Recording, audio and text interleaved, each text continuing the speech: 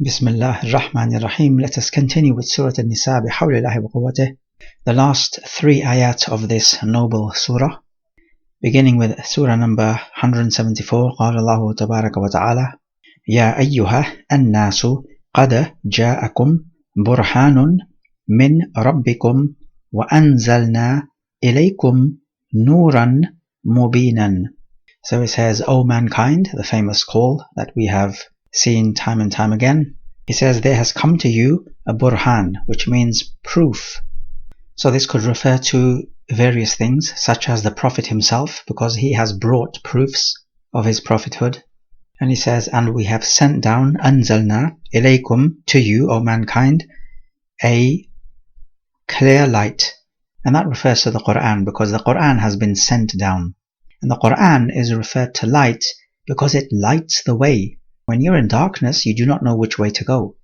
But when somebody lights up the way, then you are guided to the path which you need to take. So this is the Quran. It lights the way for you. It is a guide. So reflecting on this ayah, we find that the Prophet is a burhan, and this is because he brought evidence. He had miracles which he performed, and his mere presence was enough to tell you that he is indeed a true prophet. In terms of not just the miracles, but what he said and what he preached, and his mannerisms, they were all hallmarks of a true prophet, not some sort of charlatan. We also find that the Quran is described as light, because like we said, it guides the way. And we can take from this that it is vital for the Muslim to ponder over the Quran, and to reflect on it and to act on it. Because what is the point of the light when you're not going to make use of it?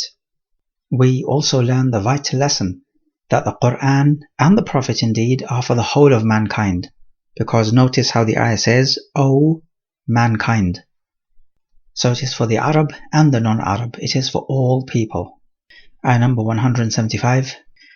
فَأَمَّا الَّذِينَ آمَنُوا بِاللَّهِ وَاعْتَصَمُوا بِهِ فَسَيُدْخِلُهُمْ فِي رَحْمَةٍ مِّنْهُ وَفَضْلٍ وَيَهْدِيهِمْ إِلَيْهِ صِرَاطًا مُسْتَقِيمًا.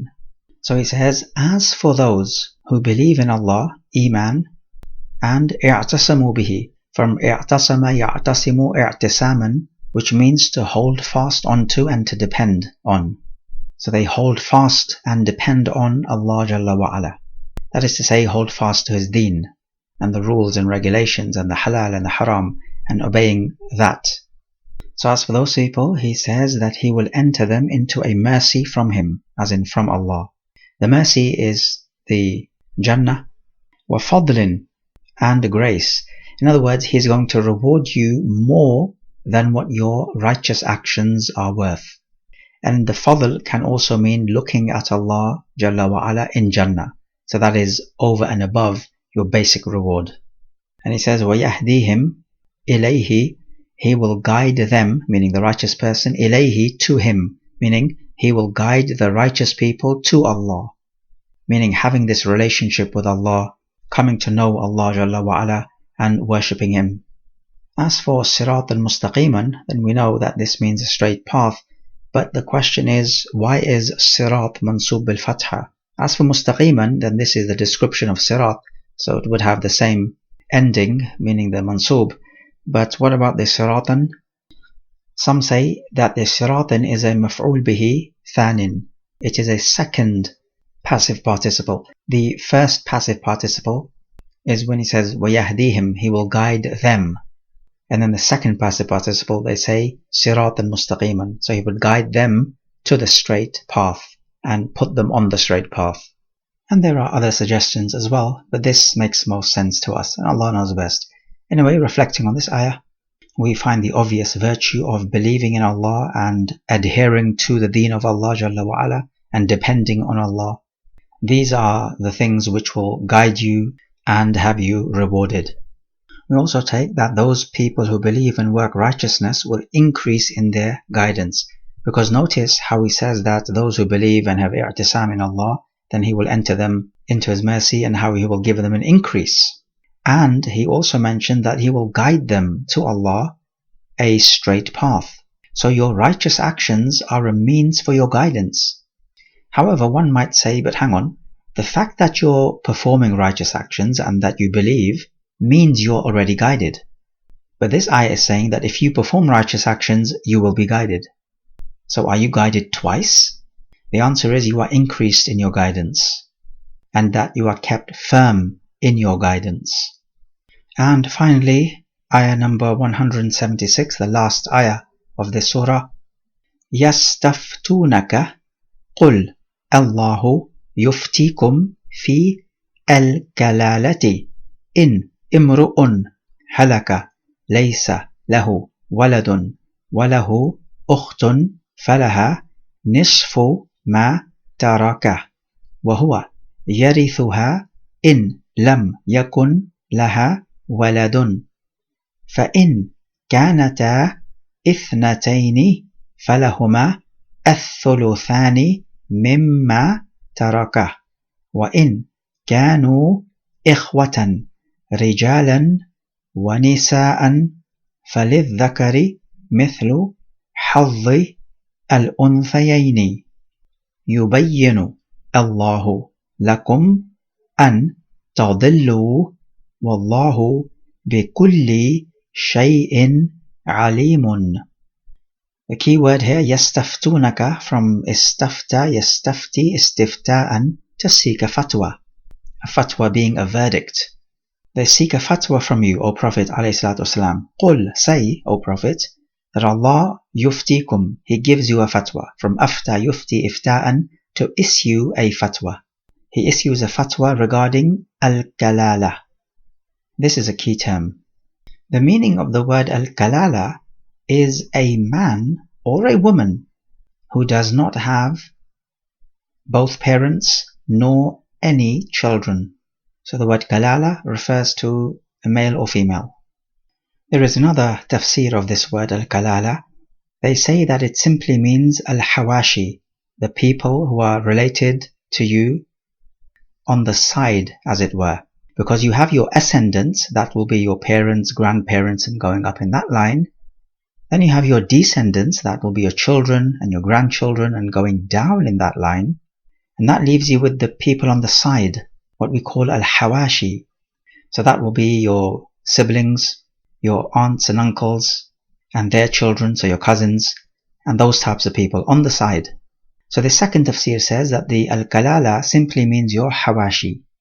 They say it comes from the word al-iklil, which is something which surrounds something else, like a crown which surrounds the head.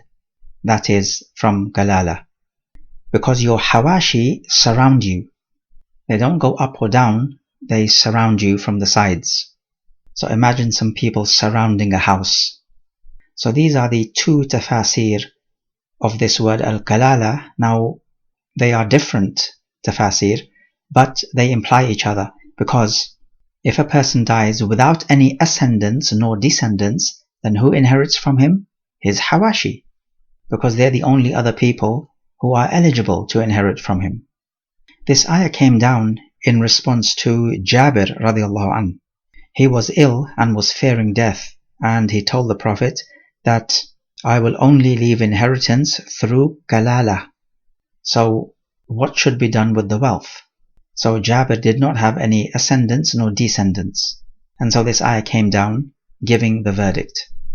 Now as for inheritance, let us just say from the get-go that the proper way of studying inheritance is by drawing out tables of who the inheritors are, what their fractions are, and how much proportion they each receive. This is the proper way to understand and memorize the inheritance matters. Listening to a lecture is effective only to a certain extent, but it is far from ideal.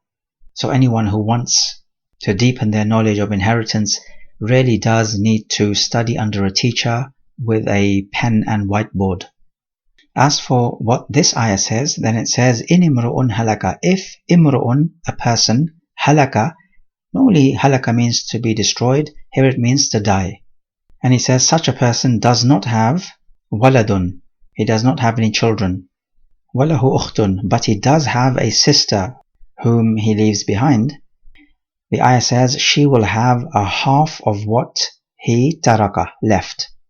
Now let us make plain, it is not clear in this ayah, but this ayah does refer to the full sister or the consanguine sister, that is your half sister from the father's side. It does not include your uterine sister, and this is by consensus of the scholars, because your uterine siblings were mentioned in ayah number 12, where the word kalala was also used, where he said, وَإِنْ كَانَ رَجُلٌ يُورَثُ كَلَالَةً أَوْ امْرَأَةٌ وَلَهُ أَخٌ أَوْ أُخْتٌ فَلِكُلِّ وَاحِدٍ مِّنْهُمَا السُّدُسُ. So if such a person dies and he has a brother or sister, each one has a sixth. This applies to uterine siblings.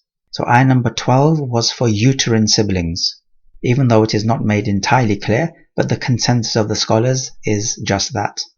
This ayah 176 is now talking about your full siblings, or in the absence of your full siblings, if you have consanguine siblings. So this point absolutely must be understood, because it is not explicitly stated in these ayat. So this ayah says that a person dies, he does not have a walad. This refers to the son, because if he does not have a son, then the sister inherits a half. But if he does have a son, then the sister does not inherit a half. In fact, the son blocks her off. However, if he has a daughter, then the daughter does not fully block off the sister. The sister still inherits even in the presence of a daughter, whereas the sister does not inherit in the presence of a son. So the word walad here needs to mean a son, specifically, even though the word walad means child, which refers to sons and daughters. So again, note this crucial difference. And he says, he will inherit her if she does not have a son. In other words, if the woman does not have a son, her brother will inherit her wealth, as in all of her wealth, because there's nobody stopping the brother from inheriting all of the wealth. Then the ayah goes on, if there are ithnataini, two of them, as in two sisters, so the deceased leaves behind two full sisters, or if there are no two full sisters, then perhaps the deceased leaves behind two consanguine sisters.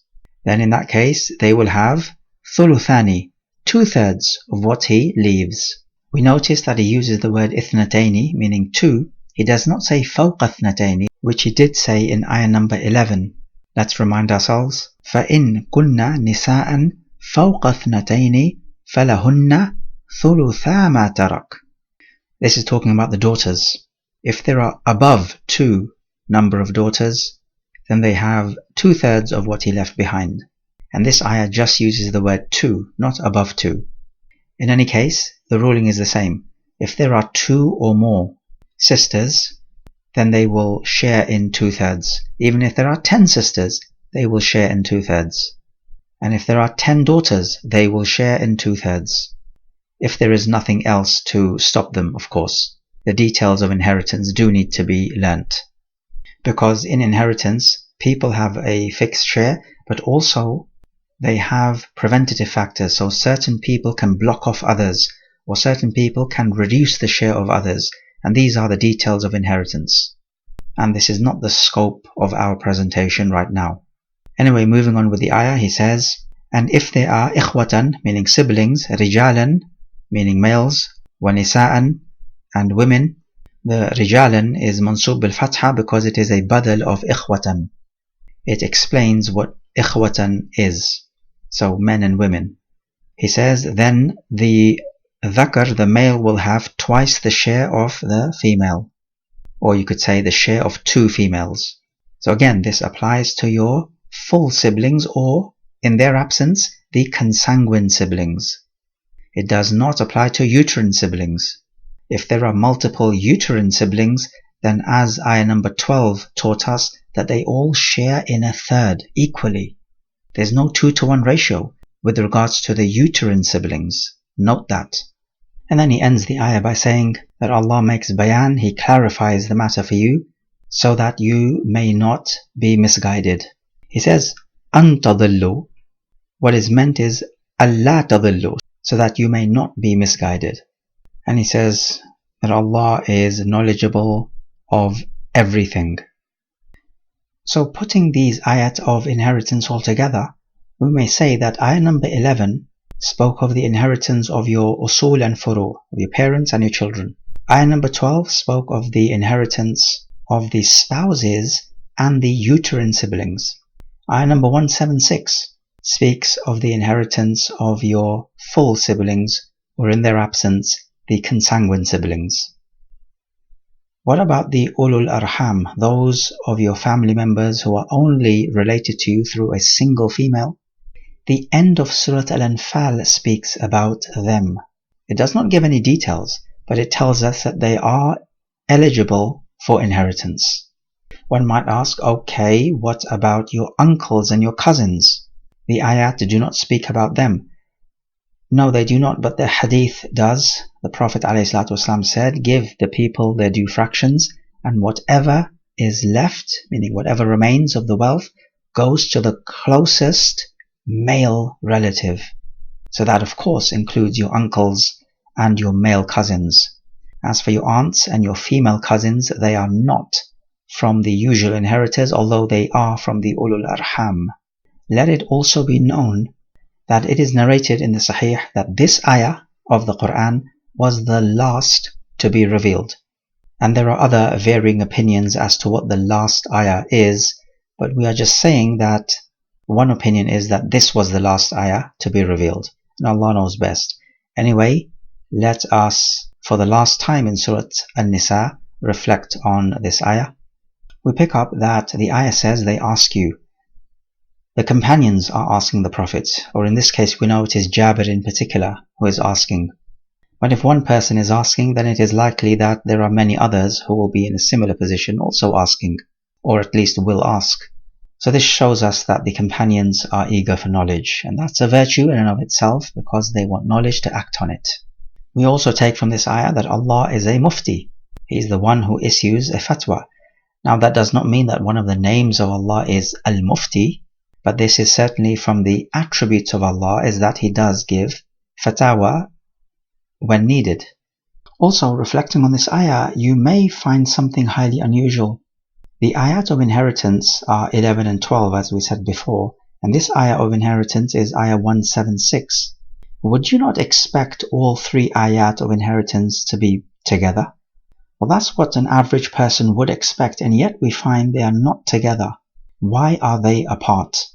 11, 12 and 176, that's a massive leap. And the only answer that we can give here is that this is tawqifi. It is just determined by Allah Jalla wa Ala for reasons which He knows. Because what makes sense to us is that it should be all together. And there's something similar as well we came across in Surah Al-Baqarah, and you can refer back to it. Ayah number 238 and 239 speak about guarding your salah and also the fair prayer. If you're in danger, you can pray walking or even riding on your animal. These two ayatan, 238 and 239, are inserted right in the middle of the ayat speaking about the iddah of the divorced woman. So what has the salah got to do with the iddah of the divorced woman? It's difficult for us to see a connection, and yet here we are. The ordering of the ayat and where they are put in the Quran is tawqifi. It is simply from Allah, and we do not necessarily know what the reason or wisdom is. And also from the benefits which we can draw from this ayah is the detail pertaining to the inheritance which we have discussed. And it's worth repeating that the Quran gives the rulings in some detail, more so than other aspects of fiqh, because money matters can ruin family relations. So to stop people from arguing with each other and cutting off ties of kinship, Allah Jalla wa Ala goes into some depth in the rules of inheritance, as we have witnessed in ayah number 11, 12 and 176. We also notice that Allah is dictating these terms, which means that the inheritance takes place whether the recipient likes it or not. So the wealth becomes his, regardless of what anyone says. We also take the compassion and mercy Allah Jalla wa Ala has for His creation. He makes plain the ayat and the rules and regulations so that His creation do not go astray. And this is from the great making qualities of Allah Jalla wa Ala. Imagine a father who just leaves his children to do as they wish, and contrast him to a father who takes great measures to guide his children. Which type of father is better? The answer is obvious. So if that applies to a human being, then to Allah belongs the greatest and most noble description. We also take from this ayah that Allah Jalla wa Ala is Alim. This is one of His names, and of course the description from that is ilm, that He has knowledge of absolutely everything. هذا والله أعلم.